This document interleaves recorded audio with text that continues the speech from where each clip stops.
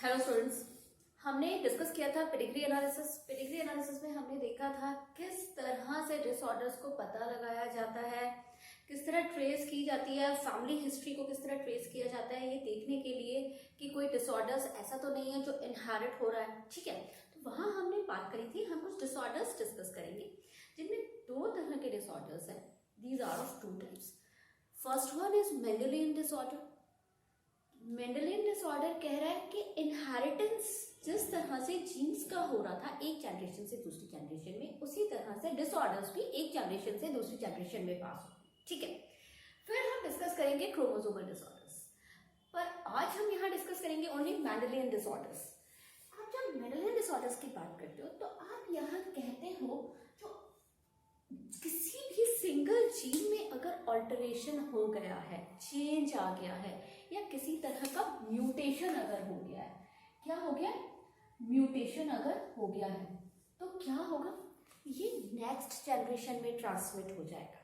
ठीक है, किस तरह से ट्रांसमिट होगा, जैसे कि हमने कैरेक्टर्स देखे थे, मेंडल ने जिस तरह कैरेक्टर्स को दिखाया था कि कैरेक्टर्स कैसे F1 जनरेशन में आ रहे हैं और किस तरह F2 जनरेशन में, इसी तरह से डिसऑर्डर्स भी एक जनरेशन से दूसरी जनरेशन में क्या हो जाएंगे, इनहेरिट हो जाएंगे। ठीक है, इसीलिए आपने इसको नाम दिया है मेंडेलियन डिसऑर्डर्स। मेंडल ने जिस तरह बताया था कैरेक्टर्स को इनहेरिट होने का, ठीक इसी तरह से डिसऑर्डर्स भी इनहेरिट हो रहे हैं। ठीक है, तो हम इसको ट्रेस हमने किया था, किस तरह ट्रेस किया था कि इनहेरिट हो रहे हैं। हमने पेडिग्री एनालिसिस किया था, दैट मींस एंसेस्टर्स की स्टडी करी थी, फैमिली हिस्ट्री की स्टडी करी, एक ट्री, आप ट्री फॉर्म में उसको जिस तरह आपने वहां चेकर बोर्ड बनाते हो, ठीक है, इसी तरह से यहाँ उन्होंने क्या किया, पेडिग्री एनालिसिस में एक फैमिली ट्री तैयार किया और वहां देखा किस तरह से जो डिसऑर्डर्स हैं वो इनहेरिट हो रहे हैं। ठीक है, अब देखो इस तरह के जो डिसऑर्डर्स हैं, ठीक है, वो कौन कौन से हैं। हीमोफिलिया, सिस्टिस फाइब्रोसिस, ये भी एक ऐसा डिसऑर्डर है जो इसको आप कहोगे इनहेरिट हो जाता है नेक्स्ट जनरेशन में, या मेंडेलियन डिसऑर्डर। फिर आप बात करते हो सिकल सेल एनीमिया की बात करोगे, हम डिस्कस करेंगे यहाँ कुछ डिसऑर्डर्स। सिकल सेल एनीमिया की बात करते हो, कलर ब्लाइंडनेस की बात करते हो, फिनाइलकीटोन्यूरिया, थैलेसीमिया, ये कुछ ऐसे डिसऑर्डर्स हैं जो क्या होगा, नेक्स्ट जनरेशन में इनहेरिट हो जाएंगे। ठीक है, आगे देखो, अब हम बोल सकते हैं ये जो डिसऑर्डर्स हैं ये डोमिनेंट भी हो सकते हैं, जैसे वहां कैरेक्टर्स देखा था डोमिनेंट और रेसेसिव, ठीक इस तरह से जो डिसऑर्डर्स हैं यहाँ भी इनमें डोमिनेंट भी देखे गए हैं और रेसेसिव डिसऑर्डर भी देखे गए हैं। ठीक है, मे बी हो सकता है कोई ऑटोसोम लिंक्ड हो और मे बी हो सकता है कोई सेक्स लिंक्ड हो। दैट मीन्स जो सेक्स क्रोमोसोम्स हैं, ऑटोसोम्स हैं आपकी बॉडी में और सेक्स क्रोमोसोम है। 22 पेयर्स तो ऐसे हैं जो ऑटोसोम्स के हैं और 1 पेयर ऐसा है जो क्या है, सेक्स क्रोमोसोम है। तो कुछ ऐसे हो सकते हैं आपके जीन्स जो क्या है, एक्स के साथ लिंक्ड है, या कुछ हो सकते हैं वाई के साथ लिंक्ड है। ठीक है, तो ये इसको आप बोलते हो सेक्स लिंक्ड डिजीजेस। ठीक है, अब हम आगे डिस्कस करेंगे। यहाँ पे देखो, अच्छा, जो सेक्स लिंक्ड ट्रेट्स हैं वो किस तरह से ट्रांसमिट होते हैं, देखो, वो फीमेल से मेल प्रोजेनी की तरफ बढ़ेंगे। ठीक है, वो किस तरह से बढ़ेंगे, फीमेल से मेल प्रोजेनी की तरफ में, तो देखो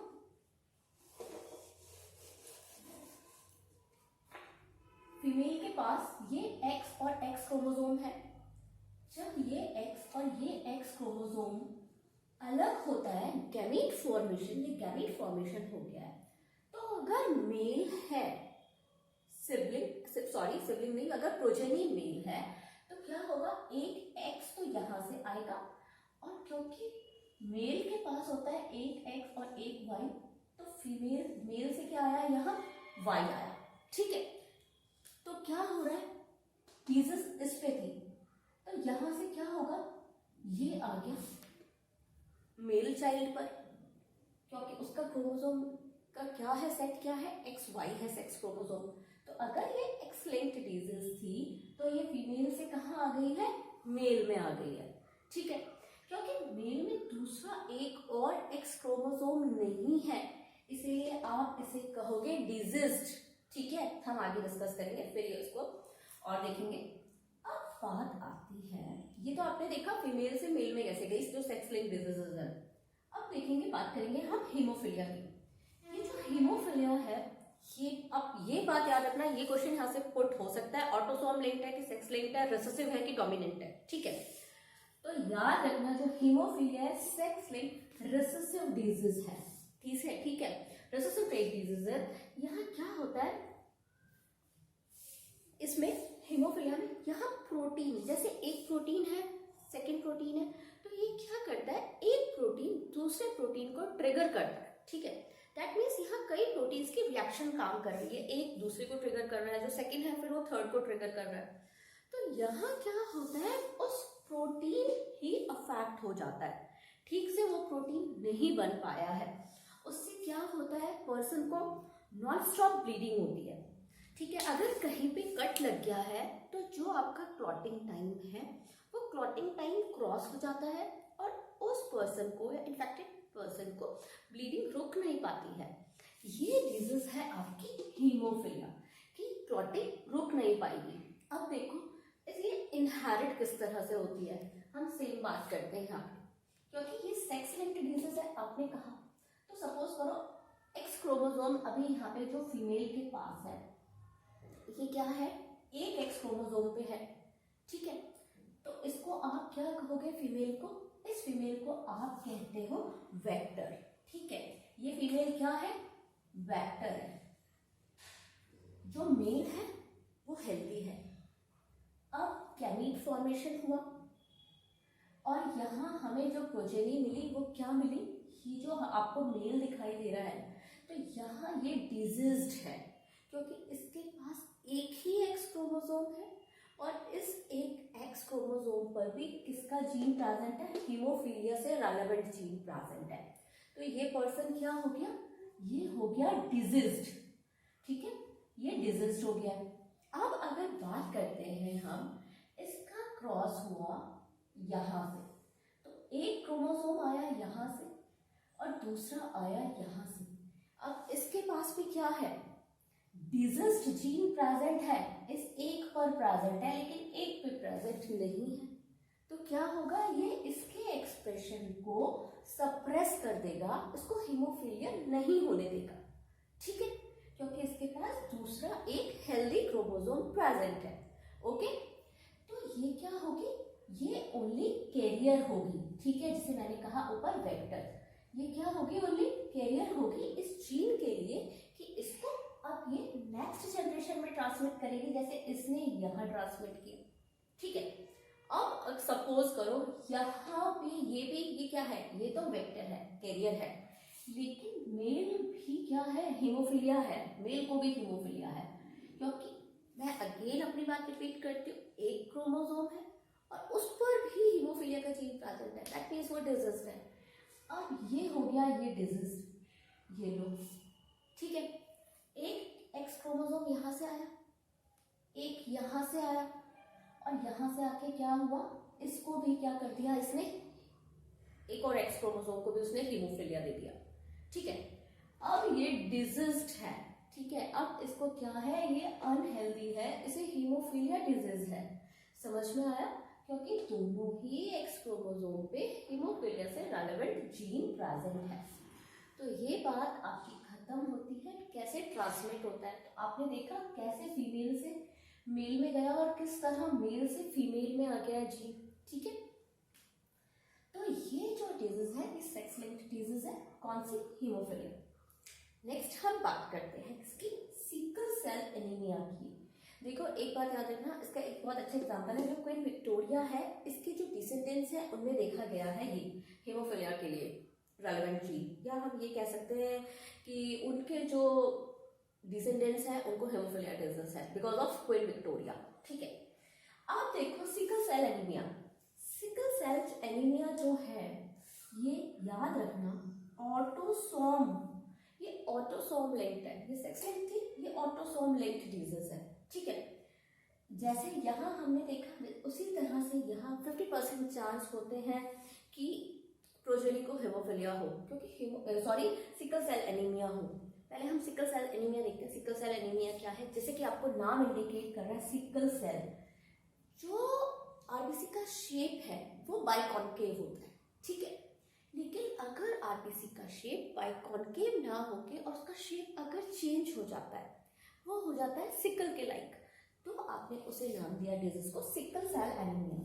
ठीक है, अब यहाँ देखो 50% प्रोबेबिलिटी होती है प्रोजेनी की कि उसको इस तरह का डिजीज हो या उसमें इस तरह के म्यूटेशन आ गए। ठीक है, अब देखो म्यूटेशन किस तरह कॉज होता है, एक्चुअली होता क्या है, हीमोग्लोबिन में एक ग्लोबिन पार्ट है और दूसरा हिम पार्ट है। तो यहाँ जो ग्लोबिन चेन है, जो बीटा चेन है, बीटा चेन जो हीमोग्लोबिन की है उसकी 6th पोजीशन पर, कौन सी पोजीशन पे, 6th पोजीशन पर ये वाला सिचुएशन है, ग्वानिन है, एडेनिन है, फिर ग्वानिन है।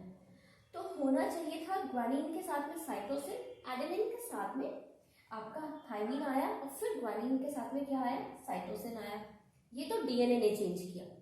अब जब यहाँ पे आगे यहाँ मैसेंजर आरएनए का फॉर्मेशन जब होता है तो क्या होता है, सी के साथ जी आ गया, आरएनए में याद रखना टी नहीं होता, यूरासिल होता है। तो यहाँ सी के साथ क्या आया, यहाँ जी आया, टी के साथ ए आया, फिर सी के साथ जी आया, लेकिन यहाँ क्या हुआ, यहाँ ए के साथ यू आ गया, यूरासिल आ गया। ये यहाँ प्रॉब्लम जब होती है, क्योंकि वो कैसे हुई, क्योंकि यहाँ थाइमिन आ गया था। ठीक है, तो एडेनिन आया। तो एक्चुअली इन शॉर्ट अगर याद रखते हो तो ये जो ग्लूटेन इसकी जगह वैलिन ले लेता है। ठीक है, तो वैलिन के आने के कारण, ग्लूटामिक एसिड की जगह हम वैलिन आने के कारण क्या हो जाएगा, कॉम्पोजिशन चेंज हो जाता है। एक सिंगल बेस पेयर में म्यूटेशन के कारण ही क्या हुआ, इसकी जगह वैलिन ने ले ली और ये जो सब्स्टिट्यूशन हुआ है, इस सब्स्टिट्यूशन के कारण म्यूटेशन कॉज हो गया। और जब म्यूटेशन कॉज हो जाता है और इस तरह की इंफॉर्मेशन जाती है तो क्या होता है, आरबीसी के शेप में चेंज आएगा, वो पॉलीमराइजेशन होगा। देखो म्यूटेंट हीमोग्लोबिन है, अब इसके कारण पॉलीमराइजेशन होगा और फिर क्या होगा, जैसे ही ऑक्सीजन टेंशन लो होगा, ऑक्सीजन का वहां कमी आ रही है, तो फिर क्या होगा, वहां शेप चेंज होगा आरबीसी का। आरबीसी का शेप चेंज होगा, किस तरह की हो जाएगी आरबीसी, बाइकॉन्केव ना होकर वो आरबीसी हो जाएगी सिकल शेप की। ठीक है, एक आपके बुक में जो डिस्कस किया है, थर्ड जो डिजीज डिस्कस करी है वो है फिनाइल कीटोन यूरिया। ठीक है, फिनाइल कीटोन यूरिया में क्या है, ध्यान रखना, जैसे कि सेक्स लिंक थी, फिर थी ऑटोसोम लिंक थी, और ये जो डिजीज है ये भी ऑटोसोम लिंक है। ये देखो ऑटोसोम लिंक डिजीज है। यहाँ एक एंजाइम की कमी हो जाती है, लैक ऑफ एंजाइम, और वो कौन सा एंजाइम है, वो एंजाइम है जो फिनाइल एलानिन को टायरोसिन में चेंज करेगा। अगेन बात रिपीट करती हूँ, फिनाइल कीटोन यूरिया डिजीज एक ऑटोसोम लिंक्ड डिजीज है। ऑटोसोम आपकी बॉडी में 22 पेयर्स है। ठीक है, ये एक ऑटोसोम लिंक्ड डिजीज है। सिकल सेल एनीमिया भी ऑटोसोम लिंक्ड डिजीज थी। अब इसका रीजन क्या है कि यहाँ किसकी कमी आ रही है, वहाँ प्रोटीन का जो कास्केट रिएक्शन थी वहाँ कमी आई थी, यहाँ एक एंजाइम में आ गई है जो क्या कर रहा था, फिनाइल एलानिन को कह रहा था आपको टायरोसिन में चेंज होना है। ठीक है, तो ये एंजाइम अब है ही नहीं जो उसको बताएगा फिनाइल एलानिन को कि आपको टायरोसिन में चेंज होना है। तो फिनाइल एलानिन अपना काम करना भूल जाता है और क्या करता है, फिनाइल एलानिन जिसको टायरोसिन बनाना था वो अब क्या बना देगा, फिनाइल पायरुविक एसिड बना देगा। ठीक है, अब ये जो फिनाइल पायरुविक एसिड है ये आपकी बॉडी में इकट्ठा होता जाएगा, कहाँ पर, ब्रेन में इकट्ठा होता जाता है, जिससे मेंटल रिटार्डनेस की प्रॉब्लम आ जाती है, आदमी मेंटली रिटार्ड हो जाता है। तो याद रखना, फिनाइल एलानिन को जो टायरोसिन में चेंज कर रहा है एंजाइम वो एब्सेंट है। एब्सेंट होने के कारण बन गया फिनाइल पायरुविक एसिड। अब पायरुविक एसिड ब्रेन में एक्यूमुलेट होता जा रहा है।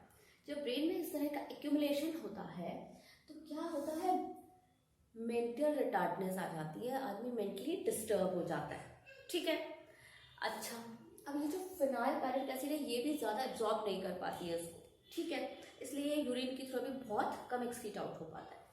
तो ये आपके बात खत्म होती है किसकी, ये मेंडेलियन डिसऑर्डर, सॉरी मैंने रब कर दिया, मेंडेलियन डिसऑर्डर। नेक्स्ट हम डिस्कस करेंगे क्रोमोसोमल डिसऑर्डर्स, जहाँ हम देखेंगे पॉलीप्लॉइडीज कि क्रोमोसोम में किस तरह चेंज आता है। यहाँ तो सिंगल बेस पेयर में चेंज आके इतनी डिजीजेस हो गई हैं, ठीक है। वहां हम डिस्कस करेंगे क्रोमोसोमल एब्नॉर्मलिटी, क्रोमोसोमल एब्नॉर्मलिटी के कारण कौन सी डिजीजेस हो रही है। Okay friends, thank you. जय हिंद, जय भारत।